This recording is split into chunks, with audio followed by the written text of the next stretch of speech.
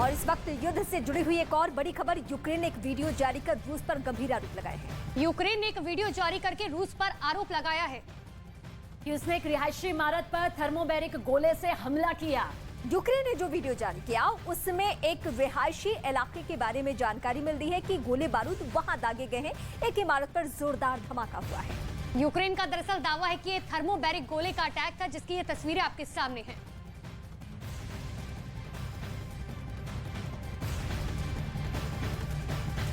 तो जिस थर्मोबैरिक बम के इस्तेमाल का आरोप यूक्रेन ने रूस पर लगाया वो कितना विध्वंसक है, अब आपको ये समझाते हैं।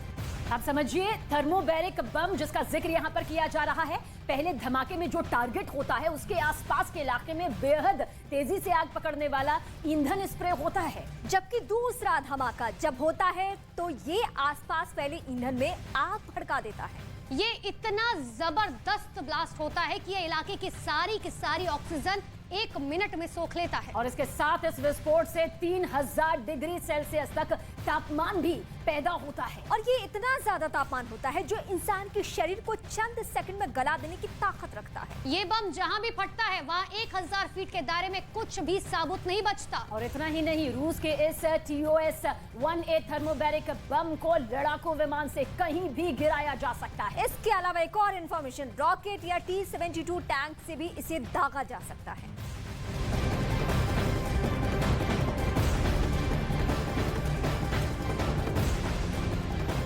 और जानकारी आप तक पहुंचा दें कि अमेरिका और ब्रिटेन से यूक्रेन को लगातार सैन्य मदद मिल रही है, जिसे लेकर कहा यह जा रहा है कि पुतिन गुस्से में है। और इसी बीच यूक्रेन के गृह मंत्री के सलाहकार का बड़ा दावा भी सामने आया।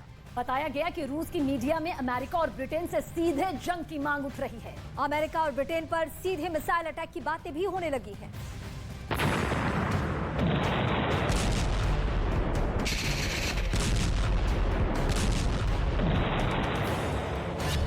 अमेरिका से सीधे टकराएगा रूस, ब्रिटेन पर सीधा हमला करेंगे पुतिन,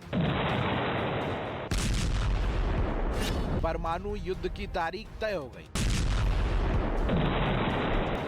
वो अमेरिका के हथियार थे जिसने रूस के ठिकानों को बर्बाद कर दिया।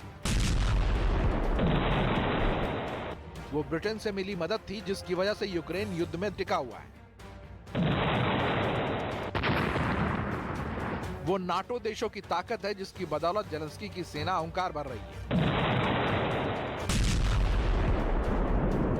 यूक्रेन से युद्ध में रूस जहां कहर बरपा रहा है तो यूक्रेन की सेना जोरदार पलटवार कर रही है। यही वजह है कि पुतिन की सेना युद्ध को जीत में नहीं बदल पाई। इसके पीछे सबसे बड़ी वजह है नाटो देश, जिसमें अमेरिका जेलेंस्की के साथ मजबूती से खड़ा है। ब्रिटेन, फ्रांस जैसे देशों से लगातार यूक्रेन को आर्थिक मदद मिल रही है, जिनकी बदौलत जेलेंस्की की सेना डटकर युद्ध के मैदान में खड़ी है और पुतिन की सेना के लिए बड़ी चुनौती बनी हुई है।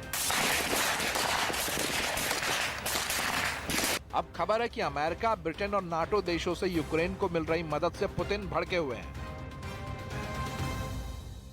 रूस की मीडिया में मांग उठ रही है कि अमेरिका और ब्रिटेन पर सीधा हमला होना चाहिए।